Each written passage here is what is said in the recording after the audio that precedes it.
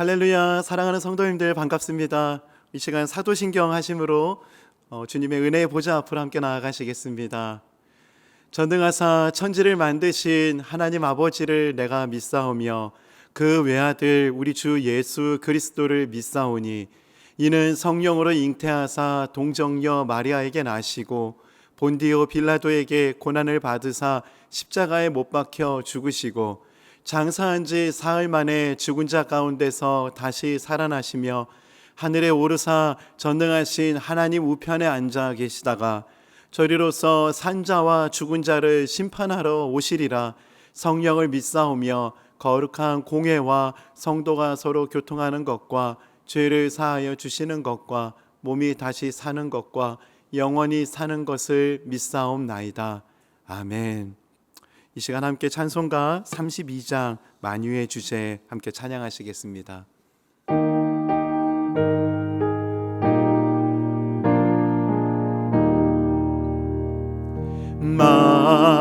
만유의 주제 존귀하신 예수 사람이 되신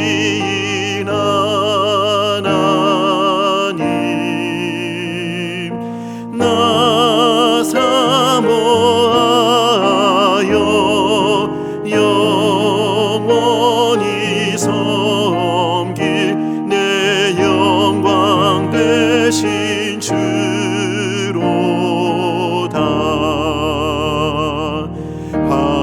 화려한 동산 무성한 저수모 다 아름답고 묘하나 순전한 예수 더 아름다워 봄 같은 기쁨 주시네.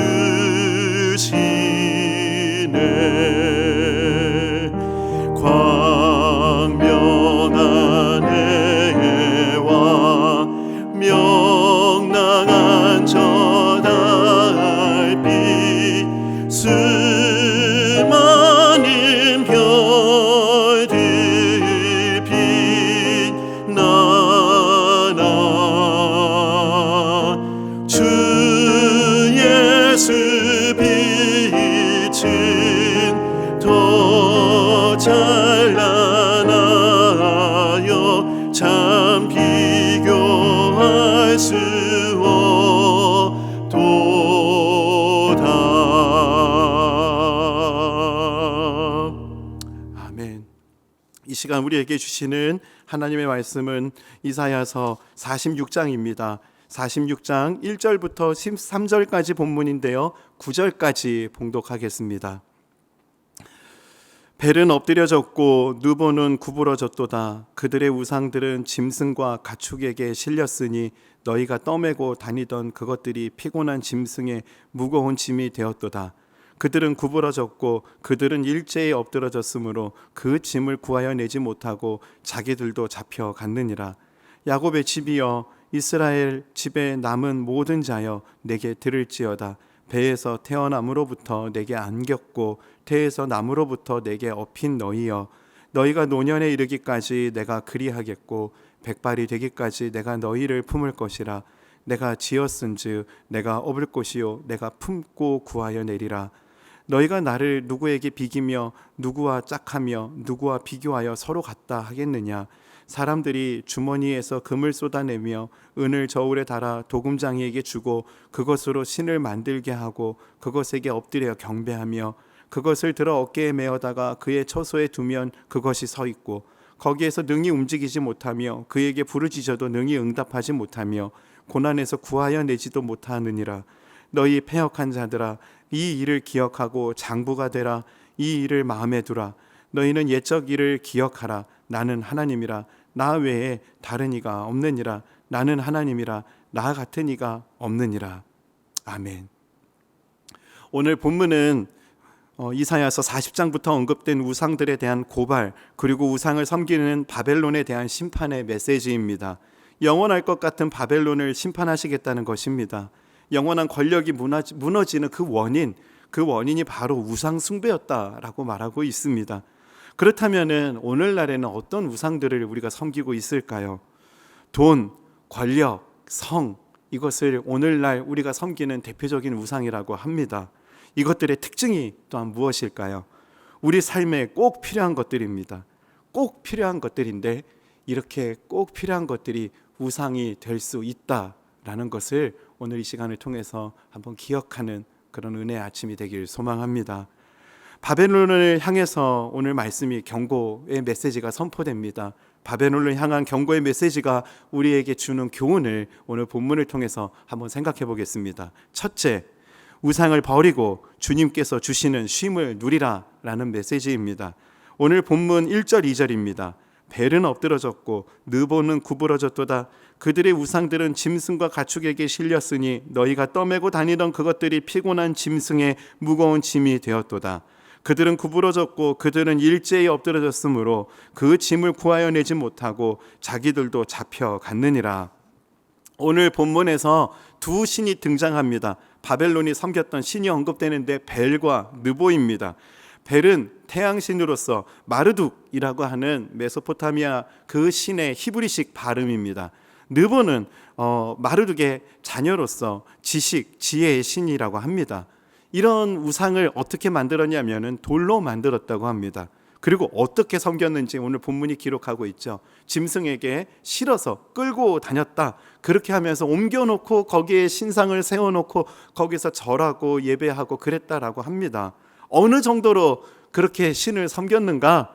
당시 왕들의 이름을 보면은 신들의 이름이 많이 붙여서 접목되어서 인용됩니다. 느부갓네살, 벨사살, 이런 왕들 자신들이 섬겼던 그 신의 이름을 자신들의 이름에 합하여서 접하여서 자신들의 이름을 그렇게 쓰기까지 할 정도로 그들의 삶에 이런 우상 섬김은 아주 밀접했습니다.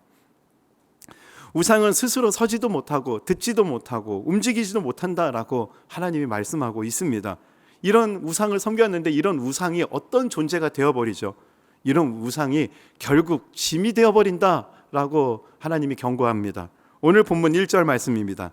벨은 엎드러졌고 느보는 구부러졌도다. 그들의 우상들은 짐승과 가축에게 실렸으니 너희가 떠매고 다니던 그것들이 피곤한 짐승의 무거운 짐이 되었도다. 우상이 무거운 짐이 되었다라고 말하고 있습니다. 우상 섬기는 것은 무거운 짐을 지는 것과 같습니다.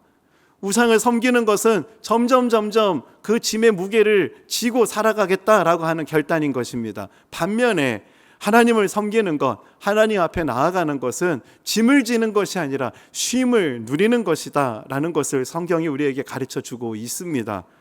마태복음 11장 28절 말씀입니다. 수고하고 무거운 짐진 자들아 다 내게로 오라. 내가 너희를 쉬게 하리라. 우상을 섬기는 것은 짐을 지는 건데 우리가 주님 앞에 나아가는 것은 쉼을 누리는 것이다. 이건 너무나 대비되는 상황 아니겠습니까? 우상 섬김과 하나님 섬김에는 큰 차이가 있습니다. 3절에서 5절까지의 말씀에 그 차이를 기록하고 있습니다. 야곱의 집이여 이스라엘 집에 남은 모든 자여 내게 들을지어다. 배에서 태어남으로부터 내게 안겼고 태에서 남으로부터 내게 업힌 너희여 너희가 노년에 이르기까지 내가 그리하겠고 백발이 되기까지 내가 너희를 품을 것이라. 내가 지었은즉 내가 업을 것이요 내가 품고 구하여 내리라. 안아주고 업어주고 그렇게 하겠다. 언제까지요? 백발이 될 때까지. 백발이 될 때까지 그렇게 우리를 자녀로서 그렇게 하나님께서 사랑하시되 끝까지 사랑하시겠다라는 것을 이렇게 표현하고 있다는 것입니다. 우상 섬김은 그렇게 관계 맺음이 아닙니다. 일방적인 계약 관계가 되는 것이죠. 그런데 하나님을 섬기는 것은 이처럼 자녀로서의 깊은 관계를 누릴 수 있는 것이라는 것을 말하고 있습니다. 백발이 되기까지 그분은 우리의 아버지시다. 백발이 되기까지 그분은 우리를 업고 안으신다. 사실은 우리도 그런 것들을 경험하면서 살아가고 있지 않습니까? 지금도 저는 저희 부모님에게 사랑스러운 자녀인 것 같습니다. 아직도 기도하시고 걱정해 주세요. 그래서 부모님이신 것 같습니다. 어릴 때뿐만이 아니라 나이가 들어서도 부모님에게 자녀는 자녀인 것입니다. 어머니 보시기에 저는 평생 아들인 것 같습니다. 제가 어머니 전도해서 어머니 교회에 와서 예배 드릴 때 어머니께서 처음 하셨던 고백이 이런 고백이었다고 합니다. 하나님께 우리 아들 잘 부탁드립니다. 기도할지 몰라서 이런 기도를 하셨대요. 제가 분당 우리교회 부임했을 때 어느 날 예배 드리다가 어머니가 와서 예배 드리시는 걸 봤어요. 그때 어머니 가시는 길에 통화하면서 무슨 기도하고 가셨어요? 여쭤보니까 어머니께서 이 기도하셨대요. 우리 아들 주님께 잘 맡겨드립니다. 기도하고 가셨대요. 지금도 여전히 어머니께서는 저를 위해서 그렇게 기도하신다고 합니다. 부모에게 있어서 자녀는 백발이 될 때까지 자식이다. 하나님이 우리를 향해서 그러시다라는 것을 말씀하고 계십니다. 백발이 될 때까지 우리 눈에 보여질 때에는 노인인 것 같으나 하나님 보시기에는 사랑스러운 자녀로서 안고 업고 그런 관계로 그렇게 살아가는 것, 그것이 참 신앙이다라는 것을 이스라엘 백성들에게 가르쳐 주고 계시는 것입니다. 예수님께서 이 땅에서 마지막으로 보내실 때 하나님 앞에 드렸던 기도도 이런 깊은 관계를 드러내고 있습니다. 요한복음 17장 11절 말씀입니다. 나는 세상에 더 있지 아니하오나 그들은 세상에 있사옵고, 여기서 그들은 제자들을 말합니다. 나는 아버지께로 가옵나니 거룩하신 아버지여, 내게 주신 아버지의 이름으로 그들을 보존하사 우리와 같이 그들도 하나가 되게 하옵소서. 하나님께서, 예수님께서 그 제자들을 향해서 어떤 마음으로 제자들과 지내셨는지 그 마음이 느껴지지 않으세요? 그 예수님은 지금도 여전히 우리를 위해서 이렇게 하고 계신답니다. 로마서 8장 34절입니다. 누가 정죄하리요? 죽으실 뿐 아니라 다시 살아나신 이는 그리스도 예수시니 그는 하나님 우편에 계신 자요 우리를 위하여 간구하시는 자신이라. 지금도 무슨 기도하실까 생각해 보면은 이 땅에서 마지막으로 제자들을 위해서 기도하셨던 이 기도하고 계실 것 같습니다. 깊은 관계, 우상을 섬기는 것과 하나님을 섬기는 것은 너무나 큰 차이가 있습니다. 우상 섬기면 섬길수록 무거운 짐을 지는 것이다. 그렇지만 하나님과의 깊은 관계 안에 들어가면 들어갈수록 깊은 자유를 누리게 된다. 이것이 하나님 우리에게 주시는 놀라운 약속인 것입니다. 그래서 하나님께서 이렇게 말씀하십니다. 이사야 46장 5절, 너희가 나를 누구에게 비기며 누구와 짝하며 누구와 비교하여 서로 같다 하겠느냐? 비교하지 말아라. 비교될 수가 없다라는 것을 강조하고 있습니다. 하나님을 따른다는 것, 하나님을 섬긴다는 것, 이거는 우상을 따르는 것에서 느낄 수 없고 누릴 수 없는 것들을 누리고 또 그것들을 경험하는 은혜의 길로 가는 것입니다. 사랑하는 성도님과 저와 우리 모두가 정말 주님 주시는 이 쉼과 이 은혜, 또 하나님과의 이 깊은 관계 안에 거하고 또 그 관계를 통해서 풍성한 은혜를 누리는 정말 그런 은혜의 길을 걸어가는 저희들이 되면 참 좋겠습니다. 바벨론을 향한 경고의 메시지가 우리에게 주는 교훈 두 번째는 하나님의 은혜와 사랑을 기억하라라는 메시지입니다. 오늘 본문 8절 9절 말씀입니다. 너희 패역한 자들아, 이 일을 기억하고 장부가 되라. 이 일을 마음에 두라. 너희는 옛적 일을 기억하라. 나는 하나님이라. 나 외에 다른 이가 없느니라. 나는 하나님이라. 나 같은 이가 없느니라. 영원할 것 같은 바벨론이 멸망하게 될 것이라는 하나님의 말씀 기억하라는 것입니다. 이스라엘 백성도 우상 섬기다가 멸망한 거 아니겠습니까? 바벨론도 우상 섬기다가 결국에 그렇게 된다라는 경고를 하는 것입니다. 그리고 오늘 본문에서 장부가 되라는 말은 마음에 새기라라는 의미입니다. 옛날 일을 생각하면서 마음에 새겨라. 하나님께서 하나님의 자녀들을 위해서 어떤 일을 행하셨는지를 돌아보고 가슴에 새겨라라는 것을 말씀하고 계십니다. 70명 정도의 야곱의 가족이 한 국가로 어떻게 성장할 수 있었는지를 기억해라. 애굽에서 어떻게 인도해냈는지를 기억해라. 홍해를 어떻게 가르시고 광야를 어떻게 인도해 가셨는지를 기억해라. 만나와 메추라기로, 쓴물을 단물로, 구름기둥과 불기둥으로 그렇게 인도하셨던 하나님의 손길과 섭리를 기억하라라는 것을 말씀하고 계십니다. 사랑하는 성도님, 저와 여러분들 모두는 이 놀라운 은혜와 은총을 입은 사람들 아니겠습니까? 저희들의 지난 시간을 한번 돌아보았으면 좋겠습니다. 올 한 해를 시작할 때 하나님 우리에게 약속하신 그 약속은 무엇입니까? 하나님 사랑에 감격하면서 하나님의 은혜에 감사하면서 나아갔을 때 하나님 우리에게 주셨던 그 약속은 무엇이었습니까? 오늘 하루 살아갈 때 우리가 그것을 기억할 수 있는 하루가 되면 참 좋겠습니다. 구약 말씀의 핵심은 앞으로 오실 메시아, 예수 그리스도가 오신다, 메시아를 기다리는 그 내용들을 기록하고 있는 거 아니겠습니까? 그러다 보니까 베들레헴에서 메시아가 태어난다는 말씀을 모르는 종교 지도자들은 한 명도 없었을 것입니다. 그 말씀을 너무나 잘 알고 있었던 종교 지도자들이었으나 예수님이 태어나는 그날 그 자리에 있었던 종교 지도자들은 한 사람도 없었다는 거. 예수님께서 치유해 주신 병자들은 수없이 많았습니다. 헤아릴 수 없을 정도로 예수님은 귀신 들린 사람들을 고쳐주시고 귀신을 쫓으시고 병든 자를 고치시고 5천 명을 먹이시고 그런 놀라운 기적들을 베푸셨죠. 그랬는데 예수님이 신문 받으시는 그날 예수님 앞에 나와서 사람들 앞에 서서 저 사람을 통해서 내가 고침받았다, 저분이 오병이어의 기적을 이루셨던 하나님이시다라는 고백을 했던 사람은 단 한 사람도 없었습니다. 예수님께서 부활을 약속하시는 이야기는 세 차례나 성경에 등장합니다. 그 이야기는 제자들 모두가 들었던 이야기였습니다. 하지만 부활의 날 아침에 그 무덤에서 예수님을 기다렸던 제자들은 단 한 사람도 없었다는 사실. 사랑하는 성도님, 오늘 우리는 어떻습니까? 오늘 우리는 하나님의 은혜와 사랑, 하나님의 약속, 하나님의 말씀을 너무 잊고 살아가는 것은 아닙니까? 오늘 하루를 살아가면서 우리가 당연하게 여겼던 것들, 그 모든 것이 당연한 것이 아니었음을 주님 앞에 고백할 수 있는 그런 복된 시간이 되면 좋겠습니다. 하나님으로부터 온 것임을 볼 수 있고 감사할 수 있고 또 지금까지 지내온 것 주의 크신 은혜임을 고백할 수 있는 그런 은혜의 삶을 살아가는 저희들 되기를 주님의 이름으로 축복합니다. 이 시간 함께 기도하시겠습니다. 살아계신 주님, 십자가의 사랑과 은혜를 기억하면서 살아간다고 하였지만 우리는 그 사랑과 은혜를 너무나 쉽게 잊어버릴 때가 많았습니다.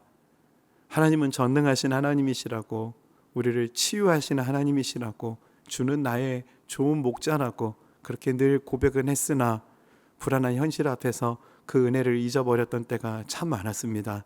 하나님, 우리의 눈을 들어서 하나님을 바라봅니다.